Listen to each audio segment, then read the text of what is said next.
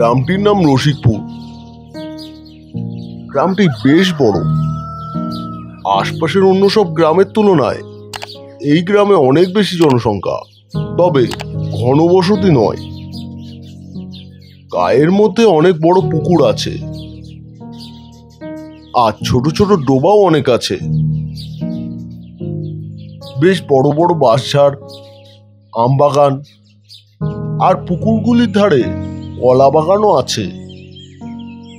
তাছাড়া শাকসবজির ক্ষেতও অনেক আছে। গায়ের দক্ষিণ দিক দিয়ে একটি মাঝারি গোছের নদীও আছে। সাধারণ মানুষ একে মুড়িগঙ্গা বলে। এই নদীতে সারা বছরই জল থাকে, তবে বর্ষায় জল খুব বেড়ে ওঠে। এই নদীর উপর দিয়ে মালপত্র বোঝাইকারী নৌকাও যাতায়াত করে। এসব নৌকা বোঝাই করেই মালপত্র কাছাকাছি ছোটখাটো শহরে চালান যায়। গায়ের পূর্ব পাড়ায় প্রাইমারি স্কুল আছে আর একটা উচ্চ মাধ্যমিক স্কুলও আছে, আর একটি ছোটখাটো পোস্ট অফিস ও একটি রেজিস্ট্রি অফিসও আছে। সপ্তাহে 2 দিন মঙ্গলবার আর শনিবার হাট বসে।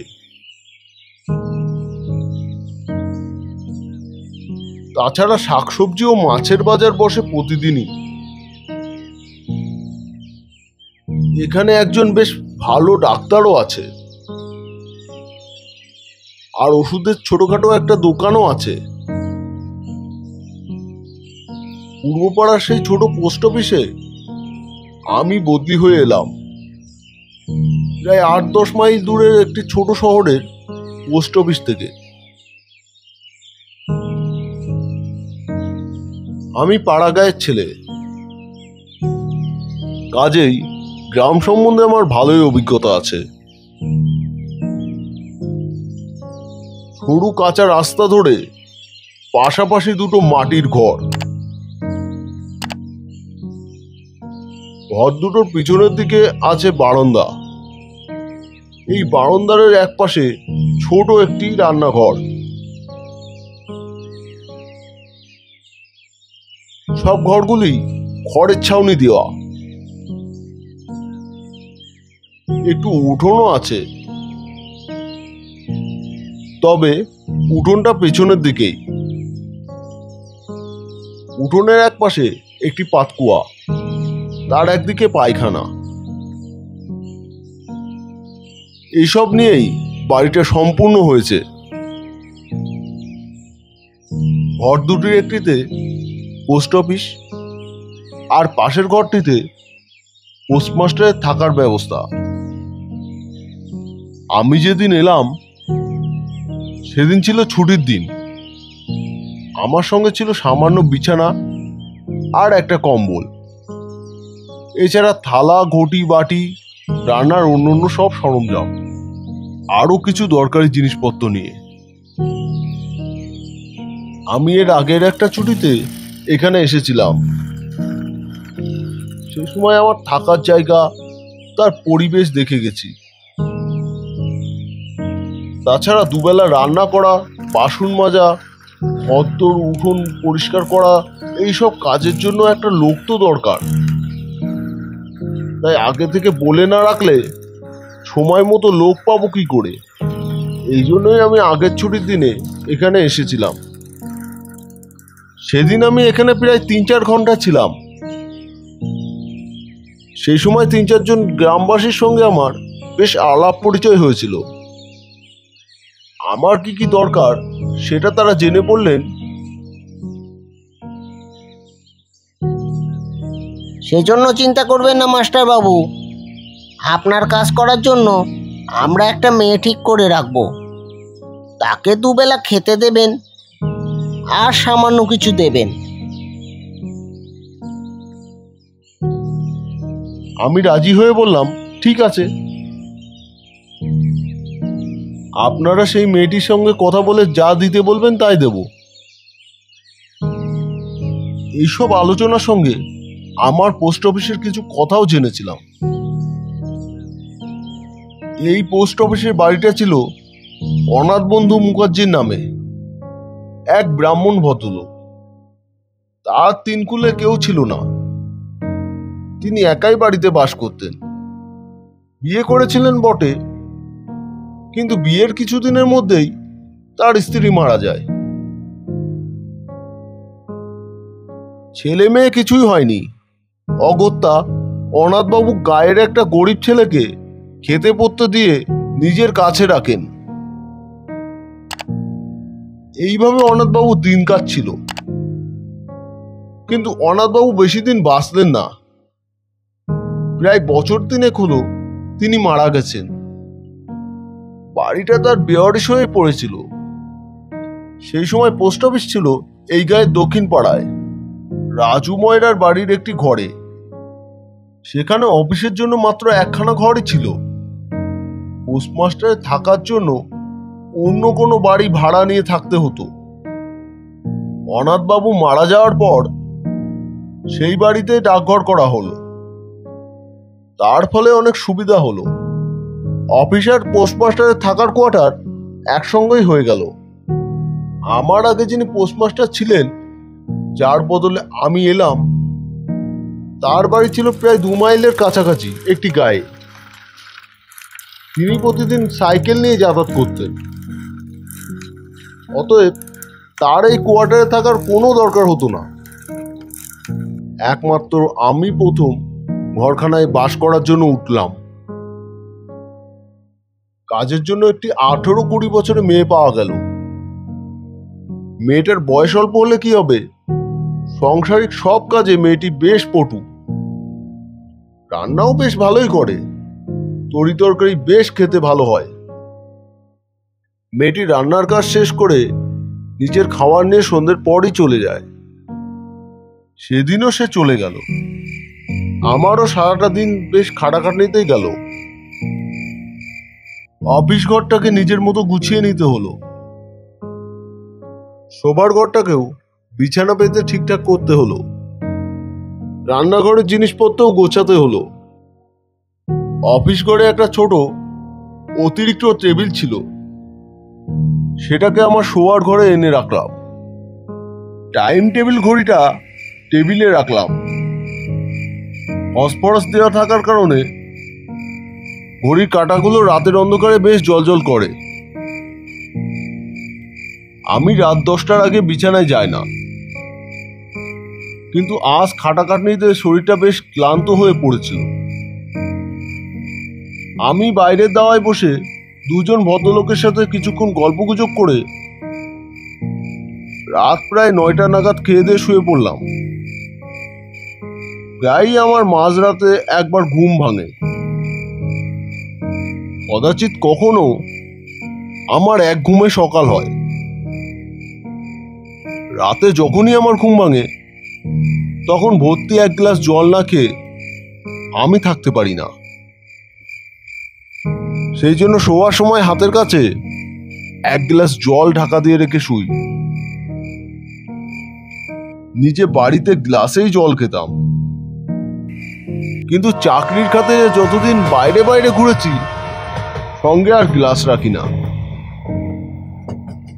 একটি ঘটি এনেছি সঙ্গে, সেই ঘটিতেই জল খাওয়া হয়, আবার রান্নার কাজেও ব্যবহার করা হয়। অফিস ঘর থেকে যে ছোট টেবিলটা এনে শোয়ার ঘরে রেখেছি, সেটা ঠিক আমার মাথার দিকেই ছিল। সেই টেবিলের উপর জলের ঘটিটা রেখেছিলাম। সঙ্গে কয়টা বইও এনেছিলাম পড়ার জন্য। তারই একটা বই ঘটিটা ঢাকা দিয়ে রেখেছিলাম। এইভাবে সব সাজিয়ে রেখে ঘুমিয়ে পড়লাম। অভ্যাস মতো মাঝরাতে একবার ঘুম ভাঙলো। ঘড়ির দিকে তাকিয়ে দেখি রাত তখন প্রায় 2টোর কাছাকাছি। ঘরের ভিতর খুব মিটমিটিয়ে হ্যারিকেন জ্বালিয়ে রেখেছিলাম। তারই আবছা আলোয় অস্পষ্টভাবে ঘরের সবকিছুই দেখা যাচ্ছে। উপরের দিকে চেয়ে দেখি 2টো চামচিকে ঘরের ভিতর পাক খেয়ে উড়ে বেড়াচ্ছিল। ঘরটা এতদিন কেউ ব্যবহার করেনি, তাই চামচিকেরা দিব্যি আড্ডা করেছে। এখন মানুষ আসার ফলে ওরা উড়ে বেড়াচ্ছে। ভাবলাম কালকেই ওদের তাড়াতে হবে। আমার তখন বেশ পিপাসা লেগেছে, তাই উঠে হাত বাড়িয়ে ঘটিটা হাতে নিয়ে অবাক হয়ে গেলাম। ঘটিটা হালকা, তাতে এক ফোঁটা জল নেই। আমি মাথার বালিশের পাশে টর্চ জেলে দেখি ঘটিটা একেবারে জলশূন্য, খালি। কি হলো ঘটির জল? তাহলে কি আমি ভুল করে খালি ঘটি তাড়াতাড়ি ঢাকা দিয়ে রেখেছিলাম? কিন্তু তা হবে কেন? শোয়ার ঠিক আগে মাটির কলসিটা থেকে এক ঘটি জল গড়িয়ে এনে ঢাকা দিয়ে রাখলাম। বেশ স্পষ্টই মনে আছে আমার। তাছাড়া এটা আমার বহুদিনের অভ্যাস। মাথার কাছে জল না নিয়ে শুতেই পারি না। তবে কি এর মধ্যে আরো একবার উঠে জল খেয়েছি? কিন্তু তা তো নয়। আমি ভর্তি এক ঘটি জলই রেখেছিলাম। এতটা জল একবারে খেয়ে শেষ করা তো দূরের কথা, দুবার খেয়েও শেষ করতে পারতাম না। মনটা খুব চিন্তাবৃত হয়ে উঠল। এইভাবেই রাতটুকু শেষ হলো। ভোরবেলায় কাজের মেয়েটা এলো। সে ঘরদোর পরিষ্কার করার কাজে লেগে গেল। আমি মুখ হাত ধুয়ে বাজারে গেলাম। বাজার করে আসতেই মেয়েটা রান্নার কাজে ব্যস্ত হয়ে পড়ল। আমিও সেই সময় আশপাশের দু একজনের সঙ্গে গল্পগুজব শুরু করলাম। দেখতে দেখতে 10টা বাজতে চলল। আমি স্নান করে ভাত খেয়ে 10টায় অফিস ঘরের তালা খুলে চেয়ারে বসলাম। প্রথম দিকে কয়েকজন এলো বটে, কিন্তু 3টের পর থেকে দেখলাম অফিসে আর কোনো লোকজনই এলো না। কিন্তু 5টা পর্যন্ত অফিস খোলা রাখতেই হবে।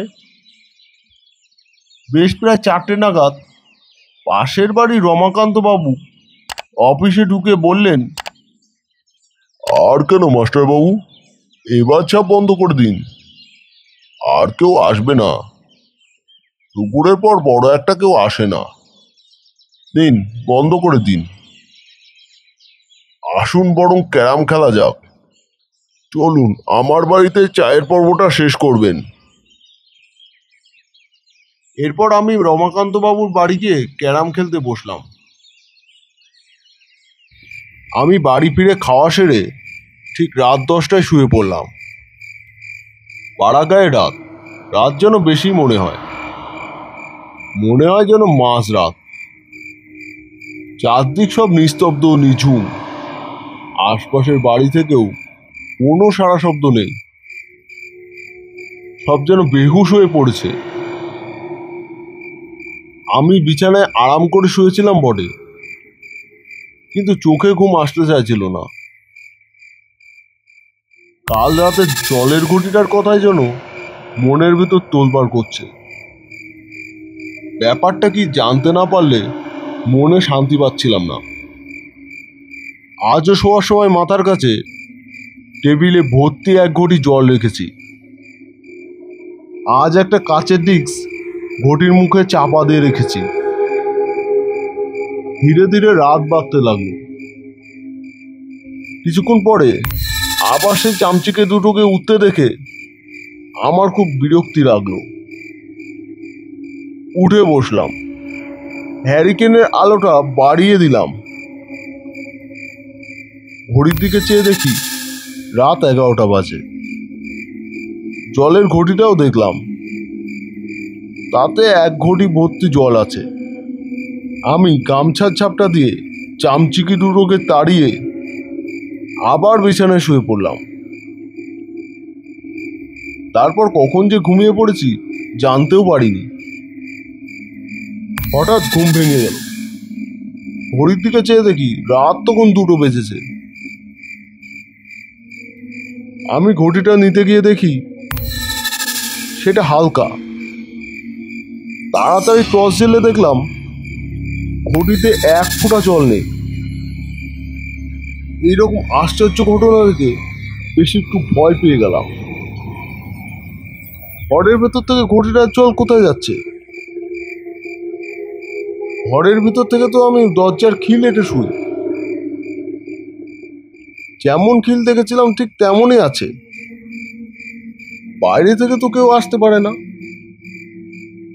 খুব ভয় পেয়েছিলাম, রাতটুকু জেগে কাটালাম। সকালে মেয়েটি এসে চা করে দিল। আমি চা খেয়ে গেলাম রমাকান্ত বাবুর বাড়িতে। আমাকে দেখে তিনি হেসে বললেন, কি মাস্টার বাবু, এত সকালে? তারপর একটা চেয়ারে দুজন মুখোমুখি বসে আমি বললাম, আমার ঘরে আমার সঙ্গে 2-4 দিন শোবে এমন কাউকে আপনি জোগাড় করে দিতে পারবেন? আমার কথা শুনে বিস্ময় হয়ে তিনি জিজ্ঞাসা করলেন, কেন বলুন তো, চোর ছাচুরের উপর তো হচ্ছে নাকি? আমি হেসে বললাম, না, চোর ছাচুর নয়, ব্যাপারটা বেশ একটু অন্যরকম। এরপর 2টো রাত্রির ঘটনা পরপর তাকে সব শোনালাম। সব শুনে রমাকান্ত বাবু বললেন, অনাথ মুখার্জির মৃত্যুর পর ও ঘরে একা আর কেউ কখনো থাকেনি। আমি প্রশ্ন করলাম, ভদ্রলোকের কি অপঘাতে মৃত্যু হয়েছিল? না, অপঘাতে মৃত্যু ঠিক নয়। বলছি শুনুন, তার নিজের বলতে কেউ ছিল না। সে একাই থাকতো বাড়িতে। বউ ছেলে মেয়ে তার কেউ ছিল না। তিনি অসুখে মারা গেছেন, কিন্তু খুব কষ্ট পেয়ে মরেছিলেন। মরার সময় তার মুখে একটু জল দেওয়ার কেউ ছিল না। একটা ছেলে তিনি নিজের কাছে রেখেছিলেন বটে। সেদিন সন্ধ্যার পর থেকে অনাথবাবুর অবস্থা বেশ খারাপের দিকে গেল। ছেলেটি ভয় পেয়ে সঙ্গে সঙ্গে ডাক্তারকে খবর দিতে গেল। ঔষধ নিয়ে ফিরে এসে দেখলো অনাথ মুখার্জি মারা গেছে। মরে সে কাঠ হয়ে গেছে। মুখার্জির মাথার কাছে একটা জলের কলসি ছিল। মরাটা বিছানার কাছে ছিল না, সেই জলের কলসিটা কাছেই পড়েছিল। মরা দেখে আমাদের মনে হয়েছিল যেন তিনি মরার সময় জলের আশায় কলসির কাছে গিয়েছিলেন। সম্ভবত তিনি জলের আশায় ওই সময় আসেন। ঠিক আছে, আমার কাকার ছেলেকে বলবো, সে রাতে আপনার কাছে থাকবে। তার খুব সাহস, ভয় কাকে বলে সে জানে না। ভূতের কথা শুনে সে নিজেই আপনার কাছে ছুটে আসবে। তার ভূত দেখার খুব শখ। ছেলেটির নাম নেপাল। আমার চেয়ে বয়সে অনেক ছোট। সে খাওয়া দাওয়া শেষ করে রাত 9টা নাগাদ আপনার কাছে শুতে যাবে। আমি রমাকান্ত বাবুর সঙ্গে সব যুক্তি পরামর্শ করে ফিরে এলাম। রাত 9টার সময় নেপাল খেয়ে দিয়ে শুতে এলো। তাকে নিয়ে বাইরের বারান্দায় বসে দুজনে রাত 11টা পর্যন্ত গল্প করলাম। তারপর শুতে গেলাম আমরা। টেবিলের উপর জলের ঘুঁটি রইল। আধার দৃষ্টি হলো। নেপাল বাড়ি থেকে একটা শতরঞ্জি আর বালিশ এনেছিল। আমি খাটে আর নেপাল মেঝেতে শতরঞ্জি পেতে শুয়ে পড়ল।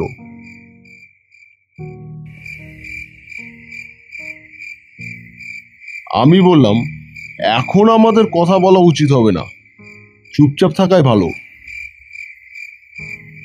না হলে আমাদের আসল উদ্দেশ্য পণ্ড হবে। আমরা চুপচাপ শুয়ে শুয়ে ঘটির দিকে নজর রইল। ঘুমিয়ে পড়ো না যেন।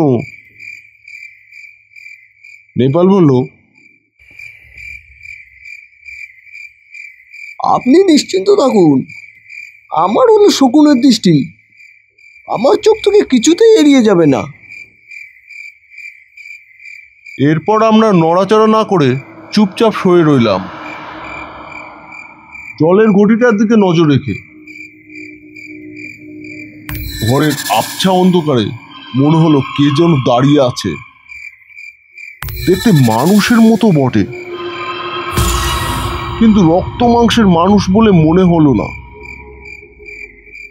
যেন কুয়াশা আচ্ছন্ন একটা মানব। বুকটা কেঁপে উঠলো আমার,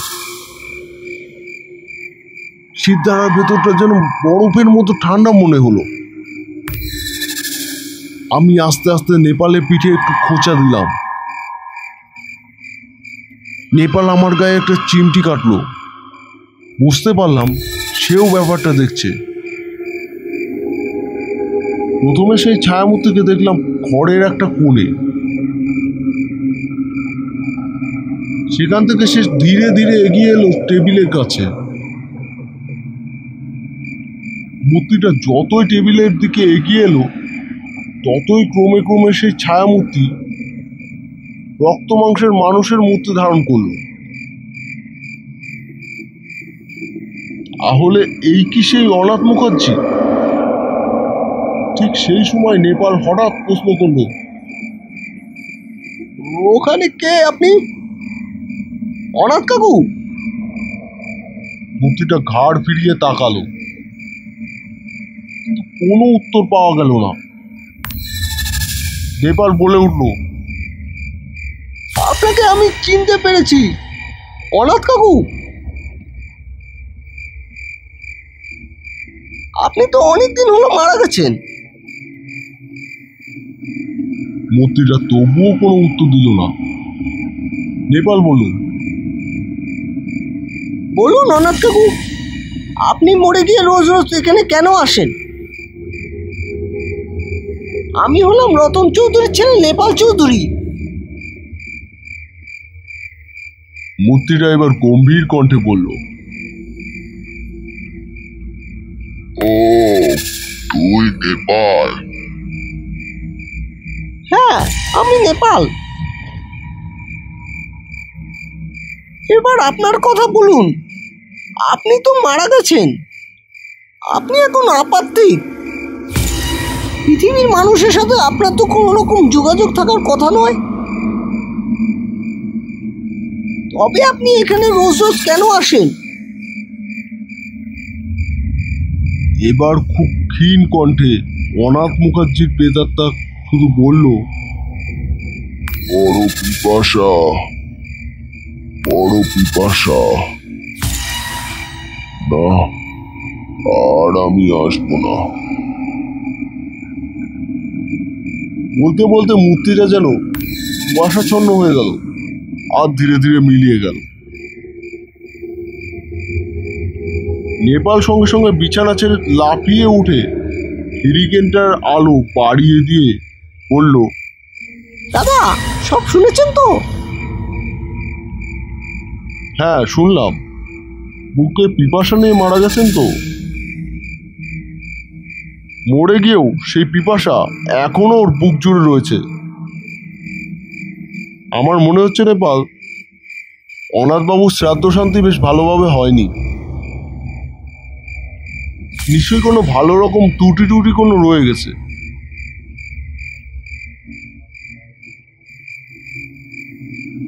সেজন্যই ওর অতৃপ্ত আত্মা এখনো বুক ভরা পিপাসা নিয়ে ঘুরে বেড়াচ্ছে ওরই ঘরের ভেতরে।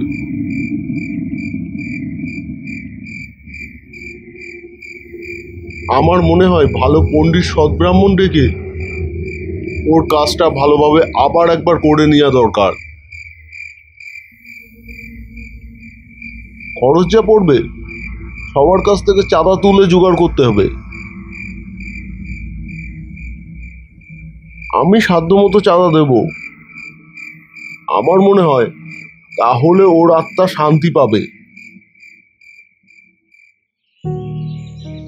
পরে সেই রকমই ব্যবস্থা করা হয়েছিল।